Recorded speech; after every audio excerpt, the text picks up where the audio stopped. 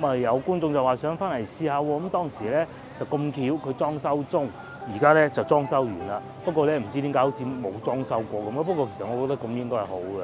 咁但係我相信呢邊啲衫都未必係我哋觀眾會買嘅風格啦吧嚇。但係真係旺咗好多喎，幾乎可以講係我食過嘅雲吞裏邊最大粒。不過其實我並不太喜歡咁嘅。我哋啲人好衰啊，大粒又話人哋大粒，但係咧大粒嘅好處咧，你係可以睇到裏邊若隱若現嗰粒蝦仁嘅，而且仲要唔係好細嗰種蝦仁。148，即是話咧，你喺個露台度咧係可以望得到永慶坊嘅咯。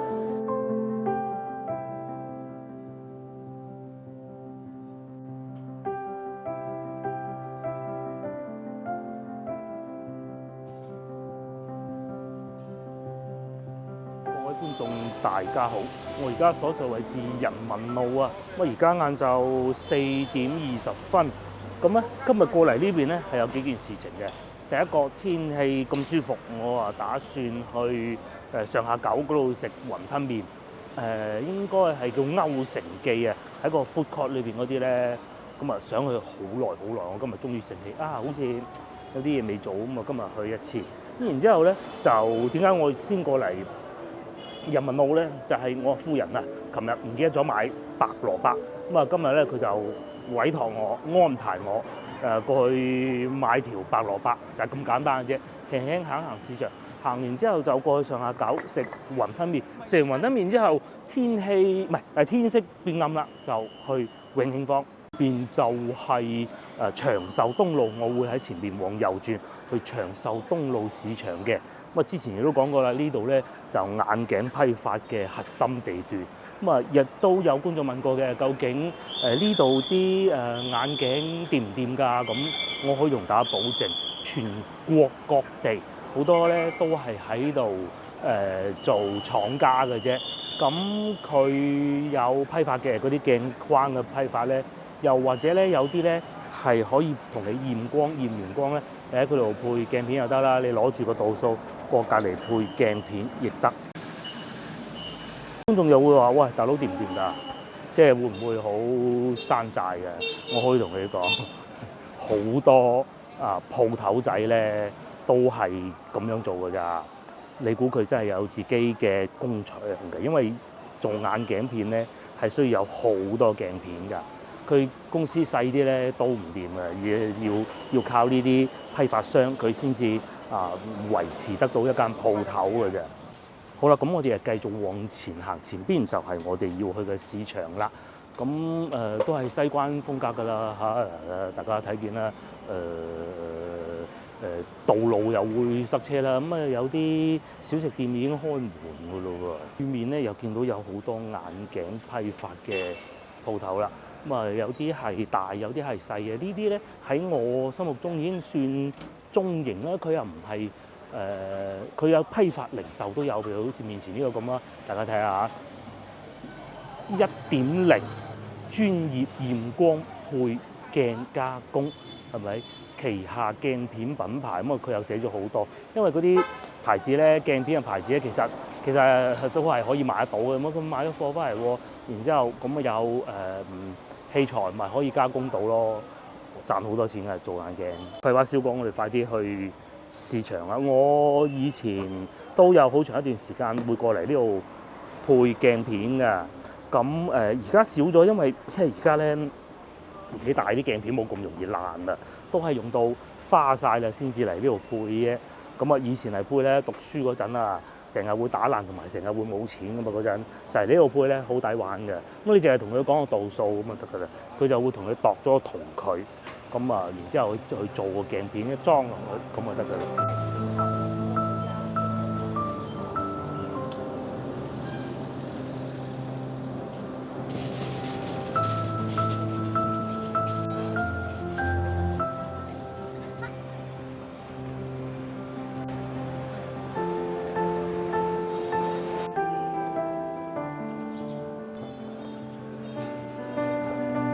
到呢度咧，又要同大家講下啦。呢度面前係堅記麵店啦。咁早大概1個月之前曾經嚟過，咁有觀眾就話想翻嚟試下喎。咁當時咧就咁巧佢裝修中，而家咧就裝修完啦，不過咧唔知點解好似冇裝修過咁咯。不過其實我覺得咁應該係好嘅，即係啲老字號咧最緊要係裝修完好似冇裝修過咁啊嘛。佢就係其中一間，而家裝修完，大家如果想翻嚟堅記麵店試下嘅話，而家係時候嘅，真係好似完全冇裝修過咁。譬如嗰個全蛋伊府麵，個全字同個蛋字咧都一樣係爛嘅，個堅記個堅字咧左邊嗰一棟咧都係冇顏色嘅，究竟佢裝修咗啲咩咧？我哋繼續行啦，去市場啊！我哋又嚟咗市場啦，通常會叫長壽路市場，都係咁叫噶啦。又係呢啲半戶外，好熱鬧呢種市場，買嚿蘿蔔就走啦。就喺呢度啦，半戶外市場呢排因為天氣冇咁多雨水啊，所以咧行呢啲市場咧就冇咁辛苦啊。咁其實如果我今日經過咧，都仲有個市場嘅，咁啊但係哎呀唔好搞咁複雜咯，嗬，快快脆脆買咗佢就係。如果平時同老婆嘅話咧，梗係要慢慢睇慢慢揀。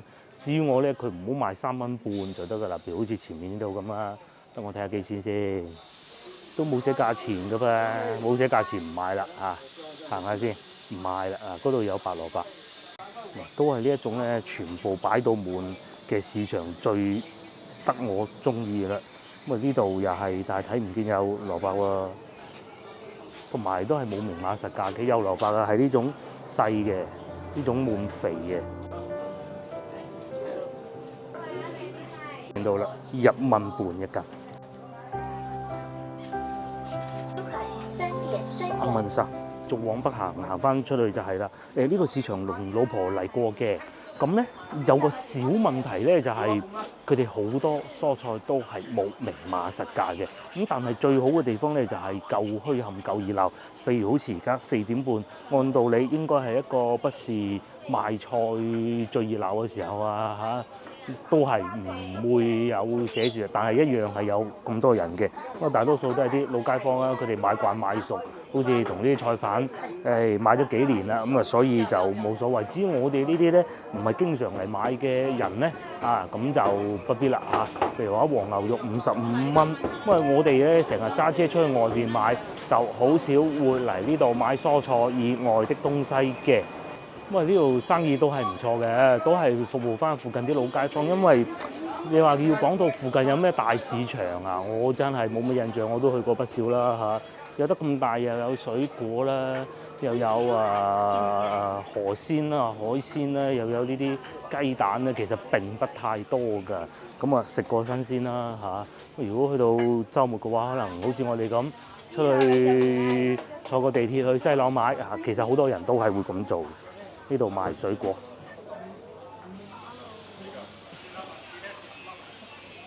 至於喺呢度行翻過去咧，就係荔灣廣場啦。我哋喺呢邊出去，喺呢度行翻出去康王路嗰個方向就係前邊嘅啫。咁啊，市場咧作為一個市中心啊，近地鐵半戶外嚟講咧，其實都算大嘅。我諗得到咧，就係2個嘅啫啊。第一個就係龍津路，第二個係西華路。西華路感覺上都冇呢度大嘅，但係西華路咧就走鬼檔多啲，呢度咧就固定鋪頭多啲嚇。就係咁啦啊！譬如好似前面呢啲咁啦。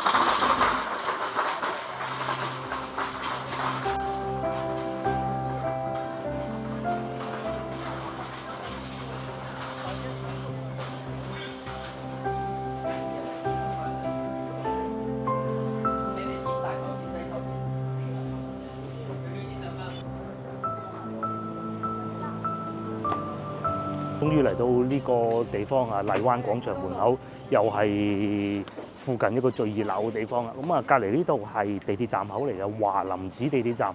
如果要去上下九過對面馬路，又或者你穿過荔灣廣場個廣場啦嚇，或者有過馬路。如果翻到嚟呢度遊玩咧，即係你要小心啦。嗰啲電動自行車咧會喺你四面八方過嚟，同埋佢一定唔會讓你嘅。即使係好似呢啲單行線都係咁嘅啦。雖說上下九步行街咧，已經係冇以前咁熱鬧，冇以前咁旺㗎啦。咁但係都爛船都有3斤釘，因為咧我頻道好多觀眾都話想翻嚟上下九步行街玩，咁好彩有永慶坊嘅加持。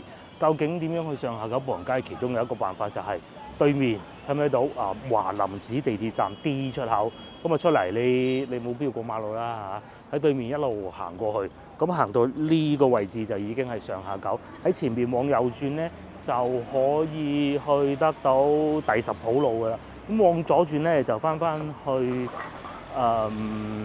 人民路嗰個方向嘅。咁啊行過嚟啦，大家睇下咁近嘅啫就係，咁啊其實幾方便啊，而且直入上下九嘅核心啦。我有冇認錯方向啊？應該冇啊嚇，係啊冇錯。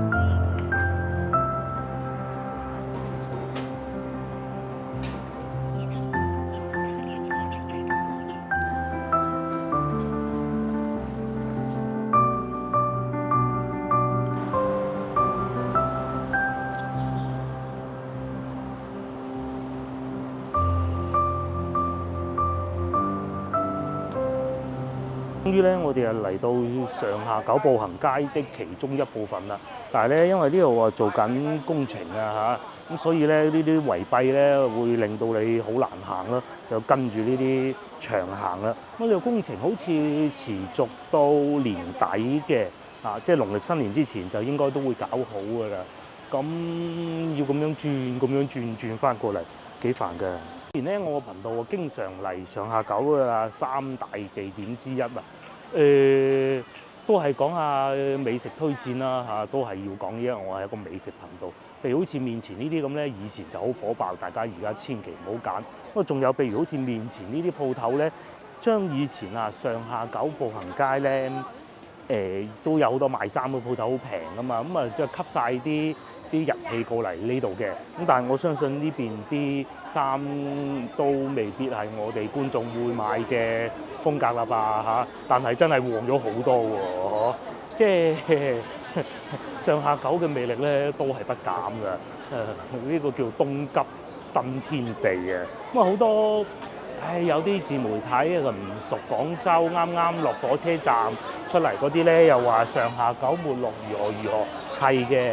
中間嗰部分咧係真係冇以前咁旺，你係都要攞以前嚟比，南方大廈仲旺啦，係咪先？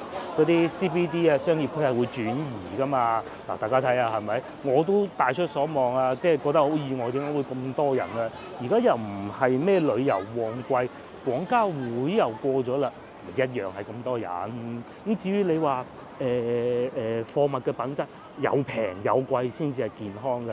間鋪頭賣 LV 咩？你估去阿布扎比杜拜咩？冇可能噶嘛，肯定係會有啲平，也有啲貴嘅。我哋兜過呢圍蔽嘅地方之後咧，咁就會去得到以前我後生又或者各位觀眾年輕的時候經常去嘅上下九步行街啦。咁嗰度確實真係式微咗好多㗎啦。就好似嗰啲啱啱喺火車站出嚟嗰啲人學人拍廣州上下九步行街嗰啲咁咧，多唔多人？都多人啦，係嘛？你有幾多人？又有人喺度嗌賣嘢叫人去做 facial 咁一樣都係有，同埋旺係咪？賣涼茶嘅又有，嚟到廣州梗係要飲涼茶噶嘛。又有賣衫嘅，又有烤肉店嘅，都係嗰句啦。咁梗係唔係話好高端賣 LV Gucci 嗰啲警察先生都多嘅喎，好多警察先生喺度巡邏嘅噃，係咪？咁因為可能真係有永慶坊大旺咗，又或者都係比較近地鐵站啊。大家睇下係咪？即係雖然你未知道話，好似我哋年輕的時候，我同老婆都仲未拍拖17、18歲嗰陣嗰啲熱鬧程度啊，但係起碼都熱鬧咗好多嗬，唔係嗰啲話沒落了3個字咁。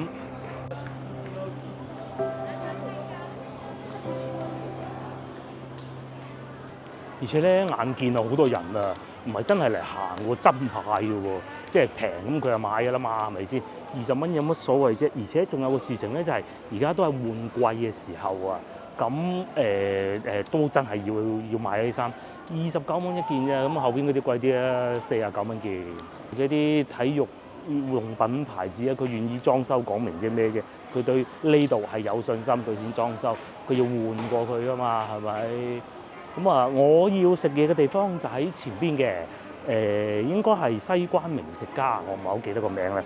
唔係歐城記雲吞麵。你話上下九最好玩嘅，上下九商圈最好玩嘅，咁梗係兩個地方啦，三個啦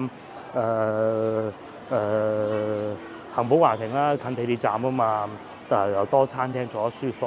咁第二個就永慶坊咯，係啊，夜晚影相先靚嘅。咁仲有就係西城都會，即係你叫領展廣場啦。咁啊三個地方最熱鬧嘅。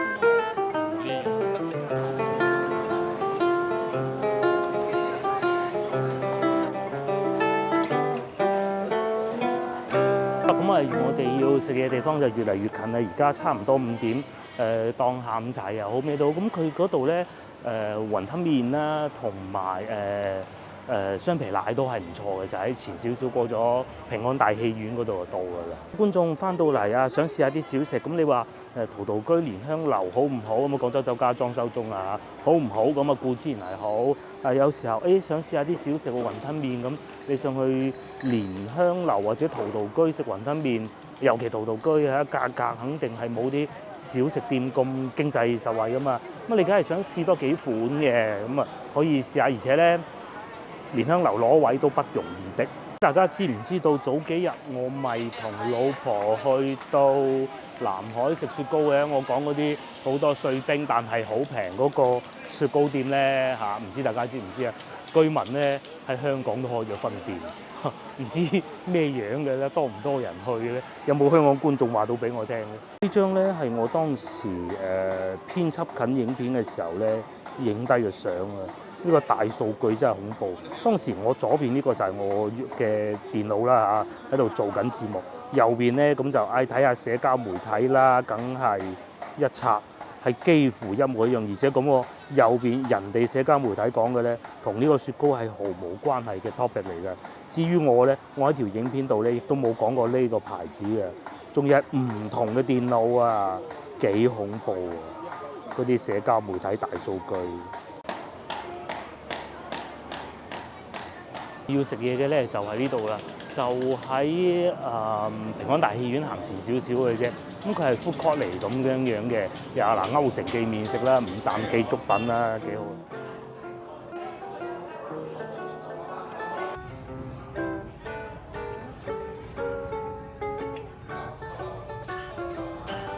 我就點咗餐啦，點咗呢兩樣嘢嘅，咁始終都係旅遊區啊。我要咗一個雲吞麵同埋雙皮奶，咁雲吞麵已經做好咗㗎啦，雙皮奶就未到，同大家睇下有咩食啦。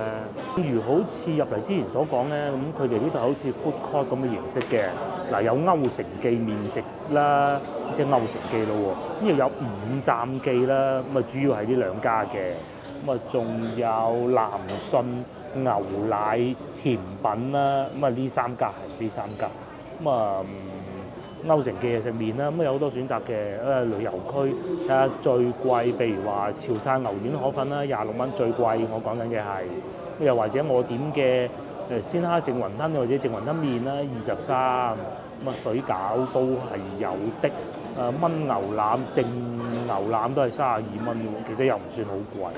伊麵都有10蚊啫，不過係齋麵嚟嘅。咁啊炸魚皮啊，各種一應俱全。咁至於五站記咧，其實同佢五站記係差唔多。嗱咁嘅事情係，因為咧歐城記咧廣州咧，其實除咗呢度，應該其他地方都食唔到。但係五站記咧，其實仲係有，除咗呢度，仲有好多地方都有嘅。咁就未必話非要翻嚟呢度食。咁但係你咁啱嚟到，梗係想樣樣試下㗎嘛，係咪？咁啊腸粉啊，各種一應俱全。仲可以食個甜品，又有紅豆冰啊、雙皮奶，幾好嘅。甚至連飯都有碟頭飯，不過最貴我見到35蚊咯，牛雜係羅腩煲嚟添㗎，飯都係25蚊到齊啦。咁第一個就係先頭所講嘅雲吞麵啦，23蚊，咁鮮蝦雲吞麵嚟嘅。我都冇乜印象，幾耐未食過佢哋嘅麵啦嚇。今次有機會試下再嚟呢個先震撼。雖然好似賣得好貴，其實都唔係好離譜嘅。如果我哋咧去嗰啲好多地方啦嚇，食雙皮奶啊，廣州好多地方有得食㗎啦，都要10幾蚊㗎。咁呢個咧15蚊啊，但係咁大碗嘅成碗飯碗。以前我哋去食嗰啲雙皮奶咧，都係冇咁大碗，不過咧就等陣食咗再講啦嚇，都係試下個麵先啦，唔落醋試下。佢啲麵好幼喎，呢種喎，真係唔同喎。喺廣州有4個地方我食得到，呢個係其中一個。咁另外一個咧就係喺西朗市場羊城嗰度買到嗰啲，上一集亦都講過嘅。咁仲有一個咧就喺基立夏道嗰度啊，即係服務態度極差，但係啲麵好好食嗰間，仲有一個我唔記得咗喺邊。咁就係呢3個麵咧能夠做到咁好咧，4個就只有呢度啦，呢度係其中一個。佢個麵咧係呢種唔會好硬嘅，但係咧又夠爽口嘅，夠細得嚟咧又吸得到啲湯汁嘅。老字號係唔同啦，同埋唔會太鹹到。嗰啲湯底咧唔會話落到好多嗰啲味粉啦嚇，我知落啲咩味粉嘅。仲係原味，所以咧一定係要落啲醋。我覺得以前咧嗰啲麵咧應該係咁嘅。而家咧雖然就話啲湯底熬得好好味嘅，咪落粉㗎啦。咁其實我哋食得出嘅嘢食我唔知啊。我對呢個麵咧非常之滿意。仲有嗰種咧落咗少少醋之後咧，嗰啲鹼水啊，麵嘅鹼水嗰啲香味都有。醋佢係用呢種唔係嗰種大紅嘅節醋嘅，即係呢啲有少少黑黑嘅呢種咧。嚟試下湯啦，冇咩古靈精怪嘅味道，幾好，真係幾好，而且份量都唔少。唔係，哇！啲雲吞咁大粒嘅，幾乎可以講係我食過嘅雲吞裏邊最大粒。不過其實我並不太喜歡咁嘅，我哋啲人好衰啊，大粒又話人哋大粒，但係咧大粒嘅好處咧，你係可以睇到裏邊若隱若現嗰粒蝦仁嘅，而且仲要唔係好細嗰種蝦仁。試下先，一啖得唔得到落口咧？難啊！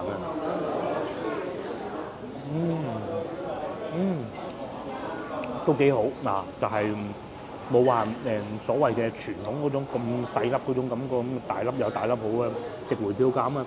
嗰啲肉咧係有肉味嘅，唔係話落好多五香粉。其實咧少量都接受到嘅，佢咧就完全冇放咁啊，真材實料嘛。其實咧份量都唔少啊！我啱先食咗2粒，呢度就有3粒，即係有5粒喎，大粒喎，唔係細粒嗰種喎。繼續食麵啦。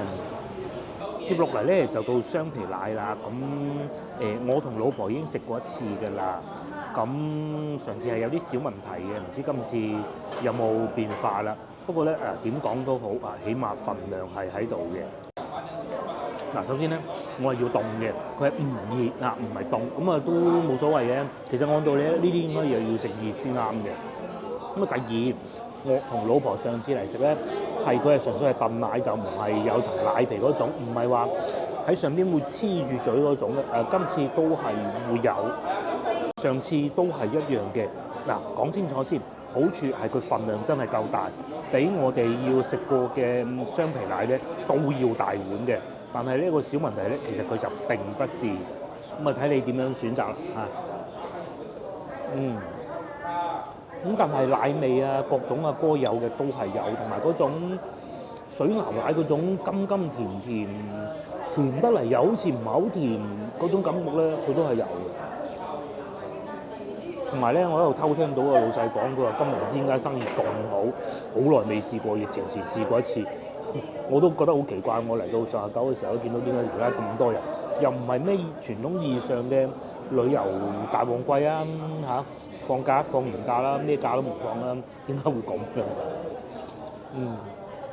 嘅？咁講明就係而家旅遊業復甦啦，只能講係嘛。咁同埋路上我見到都唔係好多外國人，早排廣交會期間咁梗係多外國人啦，依家又唔算多喎，咁啊大家快啲翻嚟玩啦。熱嘅。食飽飽，大家睇上個店咧呢個雙皮奶就不必啦嚇，尤其咧首先應該咁講，份量咧係足夠誠意嘅，即係如果講係成本咧15蚊咧，其實都算抵食嘅。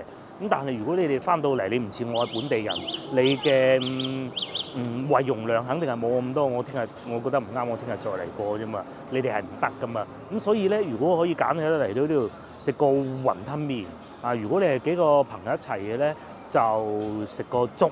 然之後咧，要一個撈麵，亦都係一個唔錯選擇。雙皮奶咧不必啦，雙皮奶咧前面有幾間都幾好嘅。至於我哋行到嚟呢度見到有部消防車，應該唔係咩大事，因為而家咧天氣好乾燥啊。咁佢哋消防車咧要喺啲旅遊景點附近咧佈置住，咪有乜嘢咁唔掂噶嘛？係咪？呢度其中都係一個啦。譬如話前邊就係陶陶居啦。咁又或者有時候咧，佢要做下啲宣傳啊，提醒下附近街坊消防嘅意識要提高啊嘛。而且喺上下九呢度咧，磚木結構嘅屋都仲係有不少㗎。譬如好似面前呢啲咁咧，其實好多裏邊咧都仲係磚木結構㗎。好多巷仔裏邊咧都係有好多嘢食嘅。我就未食過，老婆就話試過1、2間，但係我啊唔識啦。咁同埋咧早排啊，就話廣州嗰啲老字號咧，有啲就名不符實，係國家評定嘅。咁咧就講到話連呢間都係其中一個要被整改，但係我又覺得唔係啊，我都試過佢哋啲嘢食啊幾好啊。咁佢講咗好多事情嘅，我不一一細數啦，因為我哋食過，其實都 OK 啊嚇。食又平，嗱呢個先至係啊！我哋想食過啊，茶皇明蝦38蚊咪咁嘅價錢喎，係咪先？即係其實佢可能我個意思咧，我估係咁嘅，佢哋係做得好平嘅。咁你同樣嘅情況就係話，肯定係會啲嘢食啊冇咁精緻嘅啦，佢係想你賣得貴啲啦，可能佢覺得佢唔係行啲高端路線，佢行啲低端路線就唔得。咁低端路線梗係咁噶啦，係咪先？唔通揾3個大師傅喺度現場猜咩？不可能噶嘛！因為最起碼佢啲原材料係幾好，同埋價錢唔貴啊嘛。其實下次可以翻嚟呢度試下。咁至於陶陶居咧，就永遠都係咁多人的。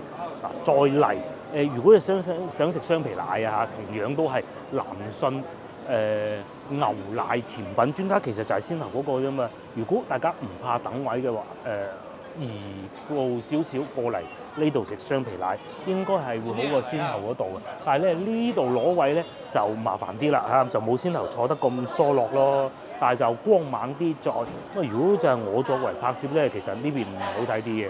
但係呢邊咧又冇雲吞麵喎，都睇下有咩食啊。有冇雲吞麵啊？都有喎，但係唔係五站記喎，唔係歐城記喎，係咪？咁炒牛河啊、雲吞麵啊、牛雜煲一應俱全，好似一樣咁嘅啲嘢食。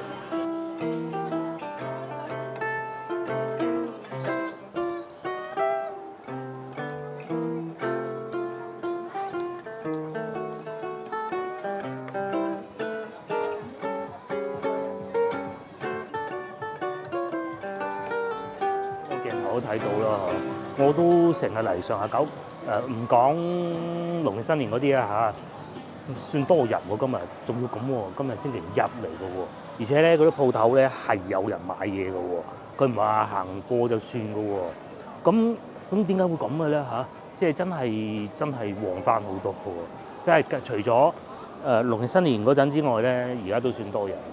不過只可惜啊，上下九呢度規劃得唔夠好啊，全部變晒呢啲咁樣。以前咧冇網上購物咧，咁都係會嚟呢啲地方買嘅。咁嗰陣又話如果上下九嗰間鋪發達啦，咁依家咧就租得出去就發達啦。因為而家咧所有重心梗係轉晒過去前邊地鐵站附近長壽路地鐵站，又或者係永慶坊啊。咁我哋而家咧就慢慢行過去，因為咁嘅我係想等天黑，睇下個天色暗啲先至過去，影起身靚啲啊嘛。差唔多㗎啦，而家都5點半。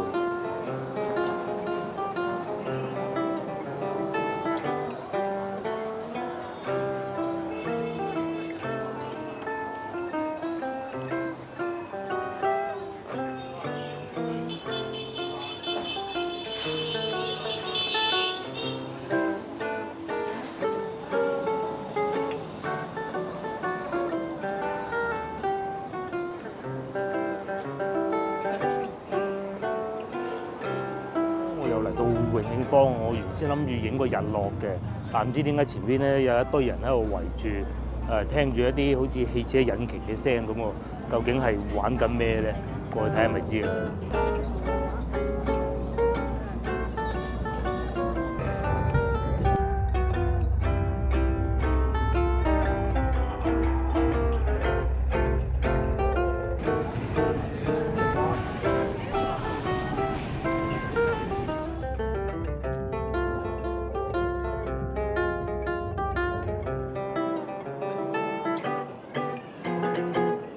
咁高雅嘅藝術都係唔明啊，同埋有音樂唔睇啦。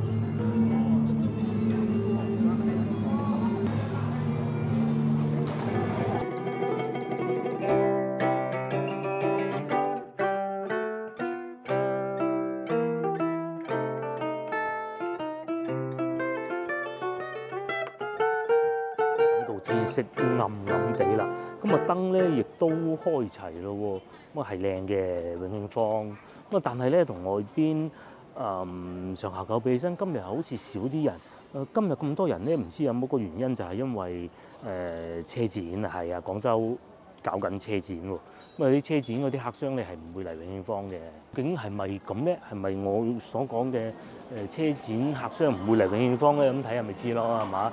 咁暫時睇見咧都係遊客樣居多嘅，就唔似嗰啲展商嘅。呢邊啊熱鬧啲喎，啱先河涌邊嗰邊冇咁熱鬧嘅。呢邊係鳳小廚嘅，sorry 應該叫鳳小館先啱啊嚇。咁啊，我哋繼續往呢個方向行過去。咁啊，呢度就係冇晒上邊啲燈咯喎，上邊嗰啲燈籠咧唔見晒咯喎，而家得翻一啲普通嘅燈飾啦。咁啊，因為咧好多後生仔喺度影相嘅，啲靚女咧先頭我喺度影緊延時嘅時候咧，日落延時嘅時候咧，都嗰啲年輕人喺度影相影得好開心嘅。嗰個急急腳終於開到喎，黃油蛋撻呢個係咖啡嚟喎，係咪應該可以飲一杯？但我今日已經飲咗好多啦，不如留翻下次啊！呢個好啊，你睇下唔飲影張靚相都要啦，係咪？話咧，即係我都係老餅啊！上下九嗰啲啊，真係啱老餅嘅。呢啲啊後生啊，後生到咁樣影相又有。咁啊，即係點講咧？我覺得呢度有少少似咧，即係我哋早排去到深業上城，不過嗰度大啲，就呢度咧就舊啲。嗰邊咧就係新做出嚟嘅，呢度咧就係用舊屋嚟改造嘅。咁啊又有嘢食嘅啊，又有東湖酒樓嘅，都係一啲老字號。咁啊上次我哋去深業上城嗰啲咧就後生得多。咁我哋會沿住呢個方向繼續行過去。咁啊呢邊行翻出去恩寧路就不必啦嚇，真係多好多後生仔啊！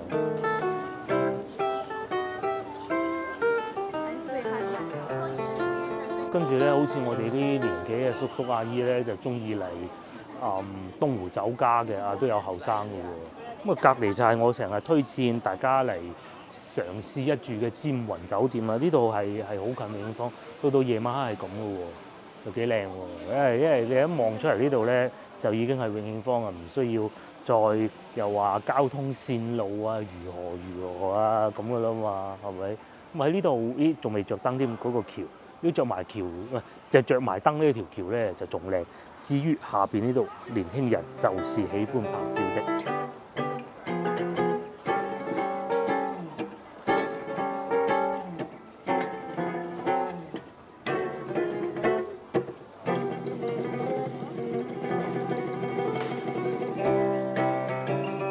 咁我哋就繼續往呢個方向行過去。先頭嗰個咖啡真係睇到心喐喐，搞到我都想買杯添。我繼續行下呢邊先啦。呢度都仲有好多唔錯嘅咖啡店嘅啊，仲要買燈籠嘅又翻嚟咯喎。咁啊，同埋影相到夜晚黑啊，呢個位置就靚嘅。上一次嚟睇應該係8月15嗰陣吧。呢個位置咧就係遊客最愛拍照的地方啊！個個咧喺度咧拍住影翻張靚相，又有 selfie 又成咁樣嘅喎。同埋呢個飲茶嘅地方，夜晚原來都開喎。隔離就係粵劇博物館啊！生意最緊要啊，幾點鐘收工冇所謂嘅啫。等我埋去睇下有咩食。但咖啡就應該冇得飲啦吧？咁同埋嗱，粵劇博物館，即係一來今日係星期一，所以係閉館，但係其實上次我哋嚟都證實過㗎啦。星期一晚上都係會，唔係晚上都係會開工的。星期一例外，真係有咖啡㗎喎，勁喎！同埋見到有好多旅行團再嚟啦，夜晚黑就睇得清楚啊！呢個酒店係咪幾好咧？喺呢度望埋去咧，幾優雅係咪？住喺個景區裏邊，咁價錢唔平，但係我覺得值嘅呢個價錢。其實真心唔貴喎，今晚啫喎，今晚係呢個係走廊窗嚟嘅大床房，又或者嗱呢個啊2份早餐喎，米半床喎，2個人雙床房喎，500蚊啫喎，平咗落去添，500蚊啫喎。即使係最貴嘅 party 房唔講，露台大床房748，即是話咧，你喺個露台度咧係可以望得到永慶坊嘅咯，748。咁如果唔使話望到咁靚嘅，咁又可以要個無早餐雙人入住嘅448咯，幾好嗱！有啲遊客係咪？佢哋仲要返酒店喎，你係唔使嘅喎，你係可以睇到12點都得嘅喎，睇到熄燈都得嘅喎。聽朝繼續睇喎。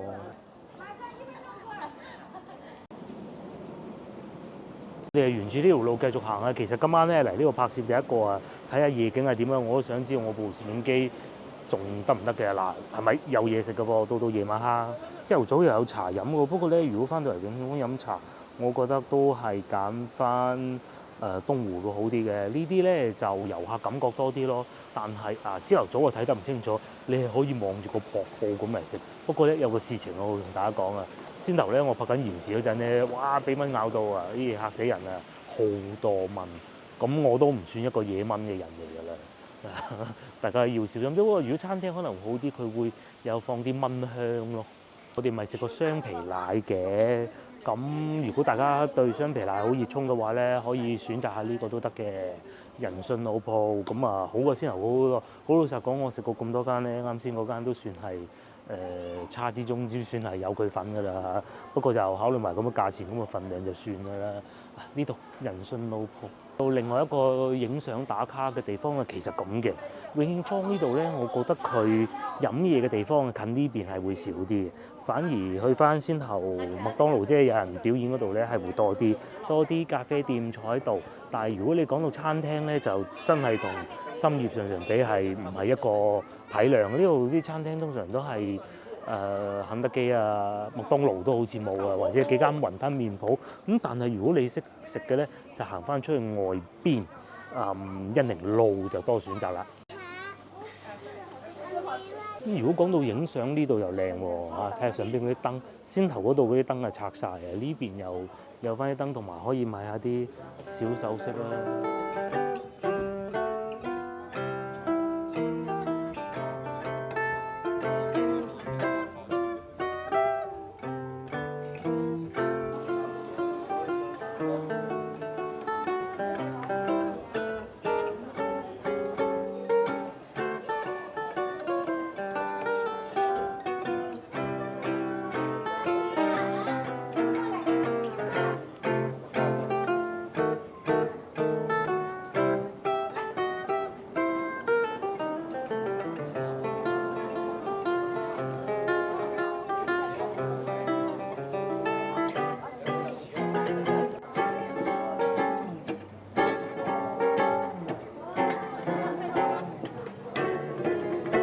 永慶坊啊睇完啦，正如先頭所講，呢度啲餐廳咧就喺裏邊並不多，因為人哋係要靠收租嚟維生嘅。咁但係外邊啲餐廳咧就有不少啦。咁啊同我哋上次去深業上城，如果你唔食嘢嘅話咧，坐地鐵去翻去第度食啦嚇。呢度就唔同啦，呢度你識路唔識路都唔會餓得親嘅。對面又有燉湯啦，治平原味燉湯，又有食糖水㗎啦，再唔係你去就係慳到入去便利店買個車仔麵都得嘅。至於喺呢個方向行翻過咧，就係地鐵站啦。咁啊，廣州同深圳最大嘅分別係咩咧？就係你要識路咯嚇。廣州、深圳其實我覺得係唔使好識嘅啫，你知道喺邊個地鐵站就得㗎啦。咁啊，基本上都係咁啦。對面又有呢個應該係飲咖啡嘅。例如呢度又有個第一面新開咗喎嚇。呢度開咗間第一面唔錯嘅，連鎖式裏邊幾好嘅，呢個可以一試嚇。啱啱新開無耐，不過店面就不是太大啦嚇，18蚊雲吞麵 OK 啊嚇。同埋呢個牛雜咖啡公司又終於開咗，我睇住佢當時裝修嘅牛雜同埋咖啡咧兩樣嘢咧係可以 mix 埋一齊喎，同埋啲裝修又幾靚，佢肯定唔係翻新嗰種，係新裝修嚟嘅。啊上邊啊牛奶咖啡公司啊真係犀利啊！咁啊有38蚊有個鰻魚飯啦，又或者9層塔火鍋啊，越南風味喎，又係有雞煲放題喎，39蚊係起。咁啊隔離啊繼續飲咖啡㗎啦。再往前行向地鐵站方向行過去咧，就見到好多人喺度，應該係影相，還是係做咩事情咧？旅行團係啊，旅行團咧通常會喺呢個位置上車㗎。咁啊一上車咁就可以去另外嘅地方啦嘛。喺度見過不少㗎。咁啊同埋咧呢度有一睇聖師嘅。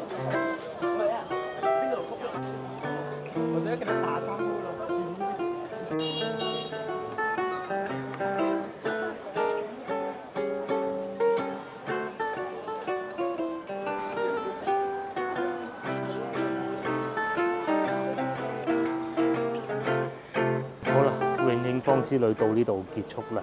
咁啊，以前咧永慶坊唔係恩寧路呢度咧，好多銅器鋪啊，時至今日咧就變成呢啲後生仔飲咖啡嘅地方啦。變化果然係好大啊！翻嚟影張相都係唔錯嘅。咁啊，又近上下九步行街，緬懷下咯嚇。咁啊好啦，share呢條影片俾你哋朋友，又或者幫我點個 like，下集見啦，拜拜。